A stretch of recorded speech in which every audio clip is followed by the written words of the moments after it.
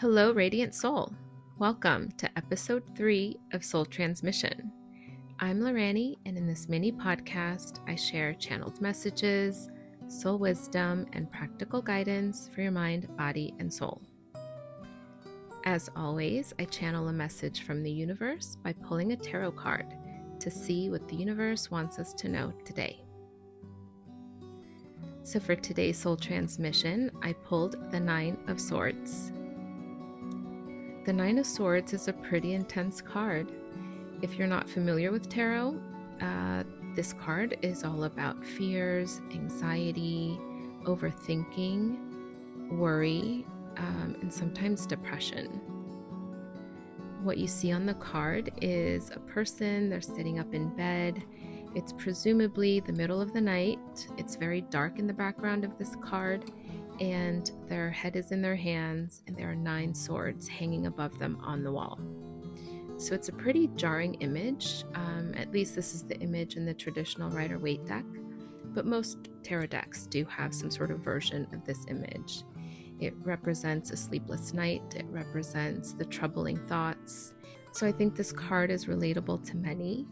I think we've all been there, right? We've had some sort of troubling event that's happened, or we're experiencing a lot of overthinking and ruminating, and that's often what happens. It affects our sleep. We're not able to feel rested and to just calm our mind, and the Nine of Swords is here to reflect that. So another thing about this card, as in most swords in tarot, they represent the air signs, and that's Aquarius, Gemini, and Libra. These are the overthinkers of the zodiac, those future forecasters, the signs that are in their head a lot. So it really goes back to the meaning of the card, right? It is talking about something that's going on in the mental realm, something that's going on in the psyche or subconscious. When I'm not doing tarot sessions or astrology readings or Reiki sessions with clients, I'm actually a licensed marriage and family therapist. So I work with a lot of people that are struggling with anxiety. And one of the most common symptoms are sleep disturbances. So it's very much like the image on this card. It's about sleepless nights, a lot of ruminating when, it's supposed to be quiet. And I think that's really when the mind starts to reel, when everything has shut down and you're alone with your thoughts. That's when those anxious thoughts really show up for most people. Personally, I haven't really experienced anxiety in my life except for 5 years ago. I did start to get some symptoms of anxiety. I was having panic attacks. I was having trouble sleeping. Um, I was in a constant state of fear and worry. And even though my life was pretty okay and nothing terrible was happening, I always had this like gray cloud hanging over me. It felt like something awful was going to happen. And that's another symptom of anxiety. It can be generalized anxiety, actually, which means you're in a constant state of fear or worry. And anxiety is actually your nervous system being incredibly dysregulated. It means that you are on high alert and you're waiting for something to happen so that you can take action, right? And this can happen for many reasons. It can be like a hereditary thing if you have family members or parents that also experience anxiety, but it's usually due to trauma or traumatic events or just everyday life stressors.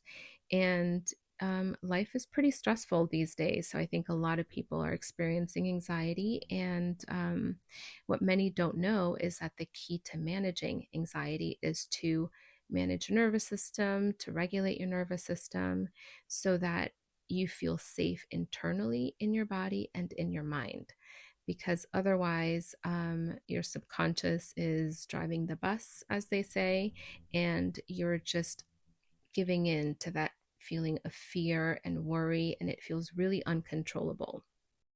So if this is you and you're experiencing these symptoms, if you're having trouble sleeping, I have a few tips and a few hacks to hopefully help you feel calmer and more regulated during the day, that is really the key to feeling calm and regulated at night. You want to be able to slow down your nervous system so that it starts shutting down before bedtime, so that when it's time to sleep, you're able to have a clear mind and hopefully feel really safe.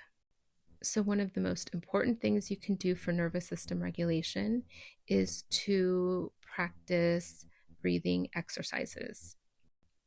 Ideally, you want to start practicing these exercises on a daily basis, in the morning when you wake up or before bed, ideally 3 times a day, morning, noon, and night.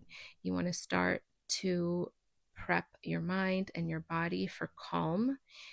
You want to remind your nervous system that you're actually safe and that you don't have to constantly be hypervigilant.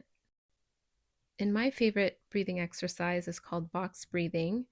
And box breathing is pretty simple and it's easy to remember. So basically, you're going to imagine a box or a square.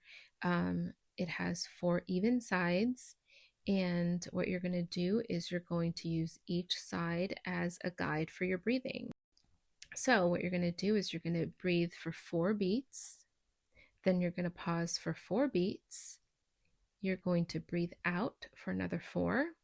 And you're going to hold for 4. So again, you're breathing for 4, you're pausing for 4, you're breathing out for 4, and you're pausing for 4 again. I like to tap along with my fingertips when I'm doing this exercise to make sure that I'm hitting those 4 beats. And I also repeat this exercise for I do it for 4 repetitions.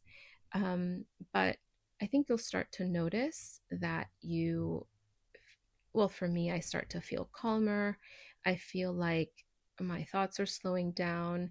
And I love doing this, especially at night before bed, just that like I can clear my head. And in the morning, if I ever wake up like in that kind of panicky, nervous state. My second favorite hack, and this is ideal for when you're having trouble sleeping, is called cognitive shuffling. I also call it the alphabet game. And what you're going to do here is you're going to pick a category. So let's say animals.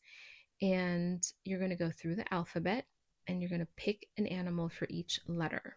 So, for example, A is for armadillo, B is for bear, C is for cat, and so on. When I do this sleep hack, I usually don't even make it to the letter Z before I'm out. I'll make it halfway through the alphabet, and on the rare occasion that I do make it to letter Z, I just start over and pick a new category. The reason why this hack works is because it's giving your brain a task instead of ruminating on worries or fears or, scary thoughts. Your brain is actually focused on this exercise and it makes your nervous system slow down, it makes your breathing slow down, and therefore it helps you fall asleep faster. Another tip for falling asleep quickly and quieting the mind is to make sure that your environment is conducive to sleep. So you want to have a dark room and you want to have a cool room, so you want the temperature to be cool. And in the event where you have a light coming in through your window at night, using a sleep mask or a weighted eye mask or a weighted blanket in general is also really helpful to help your nervous system relax and to help you fall asleep faster. So, back to the Nine of Swords, I think it's here to tell us that there are things that we can do to help ourselves if we are struggling with sleep problems or if we're struggling with a lot of stress and anxiety. So reach out to a mental health professional or your doctor if you feel like you want to get to the bottom of any sleep issues, or practice these hacks for nervous system regulation. So as I start to wind down here, I usually leave you with an affirmation, but today I'm going to share a bonus hack for managing stress and anxiety. And this one comes from CBT, and CBT is cognitive behavioral therapy, which focuses on assessing and analyzing your thoughts so that you can understand what you're feeling and therefore also have better control of your behaviors. So, for this, first of all, you want to be really mindful of your thoughts. So, if you are having a lot of worry and anxiety, you have to pause for a minute and you have to ask yourself, are these worrisome thoughts, or is this one thing I constantly think about based on fact or fear? Now, that alone can help you feel a little bit more relaxed, especially if you notice that your thoughts are coming from a place of fear, because it's just saying that, that thought isn't real. Perhaps you're thinking about the future, perhaps you're catastrophizing or thinking about some event that's going to happen that actually hasn't. So it kind of brings you back to the present, it brings you back to center. So if you are experiencing fearful thoughts, then what you want to do next is just practice nervous system regulation with these hacks or anything else that helps you feel more calm and more relaxed. If you notice that your thought or thoughts are based on facts, so something has happened and you're really struggling with an issue, then ask yourself these next three things. Number one, is this what is the worst case scenario of my situation? What is the best case scenario of my situation? And what is the most likely scenario of my situation? So, this helps you become very realistic about your thoughts or your situation. And I read a study once that said that about 85 or 86% of the things that we worry about don't actually happen. So, just knowing that can be really helpful. It can be really soothing in itself just to know that most of the things we worry about don't actually happen. And, with this series of questions, what usually happens is the most likely scenario. And I think we can determine that based on history, based on what we know about ourselves and the situation. And this can be very comforting and calming as well.